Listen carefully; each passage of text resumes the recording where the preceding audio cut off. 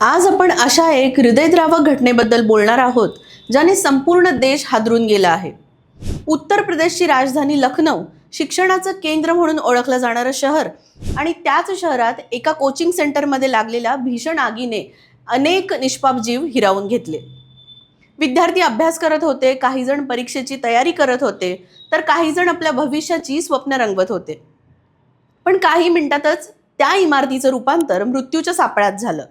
नेमकं काय घडलं, आग कशी लागली, विद्यार्थी आत कसे अडकले आणि या दुर्घटनेमागे निष्काळजीपणा होता का, या सर्व प्रश्नांची उत्तरं आपण या व्हिडिओमध्ये जाणून घेणार आहोत।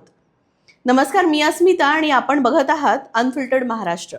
22 जूनची दुपार लखनौच्या अलीगंज परिसरातील एका व्यावसायिक इमारतीत अनेक कोचिंग क्लासेस, ट्रेनिंग सेंटर आणि लायब्ररी चालत होत्या।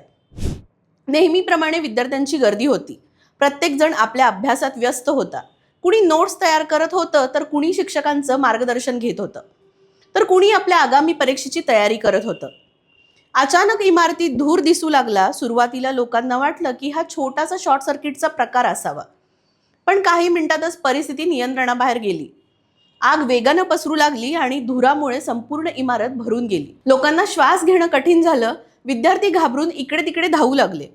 प्रत्येक जण बाहेर पडण्याचा प्रयत्न करत होता, पण धुरामुळे काहीच दिसत नव्हतं। आग खालील भागातून सुरू झाल्यामुळे वरच्या मजल्यांवर असलेले विद्यार्थी पूर्णपणे अडकून पडले। त्यांना खाली उतरता येत नव्हतं। जसजसा धूर वाढत गेला तसतसं त्यांच्या समोरचा पर्याय संपत गेला। काही विद्यार्थ्यांनी मोबाईलवरून आपल्या कुटुंबियांना फोन केले, काहींनी मदतीसाठी आरडाओरडा सुरू केला, पण धूर आणि आग इतक्या वेगाने पसरत होती की प्रत्येक सेकंद महत्त्वाचा ठरत होता। या घटनेचे काही धक्कादायक व्हिडिओ सोशल मीडियावर समोर आले आहेत। यामध्ये काही विद्यार्थी जीव वाचवण्यासाठी खिडक्यातून बाहेर लटकताना दिसत आहेत। काहींनी पहिल्या मजल्यावरून उड्या मारल्या। खाली उभे असलेले स्थानिक नागरिक त्यांना पकडण्याचा आणि वाचवण्याचा प्रयत्न करत होते। त्या क्षणी धर्म, जात, भाषा किंवा ओळख काहीच महत्त्वाची नव्हती। सर्वजण फक्त जीव वाचवण्यासाठी धडपड करत होते। घटनेची माहिती मिळताच अग्निशमन दलाच्या अनेक गाड्या घटनास्थळी दाखल झाल्या। पोलीस, आपत्कालीन सेवा आणि बचाव पथकांनी तातडीने काम सुरू केलं, परंतु त्यांच्या समोर मोठं आव्हान होतं। इमारतीत दाट धूर भरला होता। आत जाणं धोकादायक होतं, तरी अग्निशमन दलाचे जवान जीवाची पर्वा न करता आत गेले आणि लोकांना बाहेर काढण्याचा प्रयत्न करू लागले। खिडक्यांमधून आणि शिड्यांच्या मदतीने अनेक विद्यार्थ्यांना बाहेर काढण्यात आलं। काही जण बेशुद्ध अवस्थेत सापडले, काहींना ऑक्सिजन देण्यात आला, अनेकांना तातडीने रुग्णालयात हलवण्यात आलं। घटनास्थळी गोंधळाचं वातावरण होतं। बाहेर विद्यार्थ्यांचे पालक जमा झाले होते। प्रत्येकाच्या चेहऱ्यावर चिंता होती। आत अडकलेल्या आपल्या मुलाचा शोध घेण्यासाठी अनेक पालक रडत होते। दुर्दैवाने या दुर्घटनेत अनेकांचा मृत्यू झाला। मृतांमध्ये विद्यार्थी, कर्मचारी आणि इतर काही लोकांचा समावेश असल्याचं सांगितलं जात आहे। अनेक जण गंभीर जखमी झाले असून त्यांच्यावर उपचार सुरू आहेत। काहींची प्रकृती चिंताजनक असल्याची माहिती समोर आली आहे। ही दुर्घटना फक्त आकड्यांपुरती मर्यादित नाही। प्रत्येक मृत व्यक्तीमागे एक कुटुंब आहे। प्रत्येक विद्यार्थ्याच्या मागे त्याच्या आई वडिलांची स्वप्न आहेत। काही पालकांनी आपल्या मुलांना मोठं करण्यासाठी आयुष्यभर कष्ट घेतले होते। काही विद्यार्थ्यांनी आपल्या करिअरसाठी दिवस रात्र मेहनत घेतली होती, पण एका क्षणात सर्व काही संपलं। आता सर्वात मोठा प्रश्न उपस्थित होतो, आग नेमकी लागली कशी?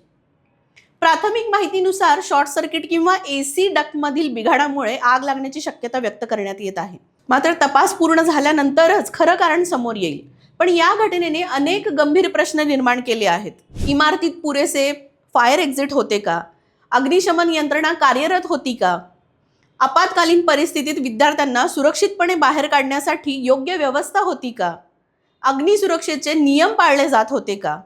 आणि जर हे सर्व नियम पाळले गेले असते तर कदाचित इतकी मोठी जीवितहानी टाळता आली असती का? या सर्व प्रश्नांची उत्तरं आता चौकशीतून समोर येणार आहेत। सरकारने या घटनेची गंभीर दखल घेतली आहे। उच्चस्तरीय चौकशीचे आदेश देण्यात आले आहेत। दोषींवर कठोर कारवाई करण्याचं आश्वासन देण्यात आलं आहे। संबंधित व्यवस्थापन आणि अधिकाऱ्यांच्या भूमिकेचीही तपासणी केली जात आहे। मुख्यमंत्री योगी आदित्यनाथ यांनी या दुर्घटनेबद्दल दुःख व्यक्त केलं आहे। मृतांच्या कुटुंबियाप्रती संवेदना व्यक्त करत जखमींना सर्वोत्तम उपचार देण्याचे निर्देश देण्यात आले आहेत। देशभरातून या घटनेबद्दल शोक व्यक्त केला जात आहे। मित्रांनो, लखनौमधील ही घटना केवळ एक अपघात नाही, ही आपल्या समाजासाठी आणि प्रशासनासाठी एक मोठा इशारा आहे. आज देशभरात हजारो कोचिंग क्लासेस आणि शैक्षणिक संस्था चालतात, पण त्यापैकी किती ठिकाणी अग्निसुरक्षेचे नियम काटेकोरपणे पाळले जातात हा विचार करण्याचा विषय आहे. विद्यार्थ्यांची सुरक्षितता ही कोणत्याही संस्थेची सर्वात मोठी जबाबदारी असते, कारण विद्यार्थी फक्त फी भरणारे ग्राहक नसतात, तर ते देशाचे भविष्य असतात. त्यांच्या सुरक्षेची तडजोड करणं म्हणजे देशाच्या भविष्यासोबत खेळणं होय. या घटनेत आपण अनेक धडे घेण्याची गरज आहे. अग्निसुरक्षेचे नियम केवळ कागदांवरती नसून प्रत्यक्षात अंमलात आणले गेले पाहिजेत.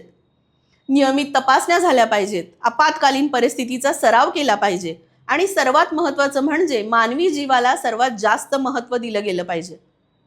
या भीषण दुर्घटनेत मृत्युमुखी पडलेल्या सर्वांना भावपूर्ण श्रद्धांजली. त्यांच्या कुटुंबियांच्या दुःखात आपण सर्व सहभागी आहोत. जखमींना लवकरात लवकर बरं वाटावं हीच प्रार्थना. व्हिडिओ शेवटपर्यंत पाहिल्याबद्दल धन्यवाद. अशाच महत्त्वाच्या आणि सत्य माहितीवरती आधारित बातम्यांसाठी आमच्या चॅनलला सबस्क्राईब करायला विसरू नका आणि लाईक आणि शेअरही करा. धन्यवाद.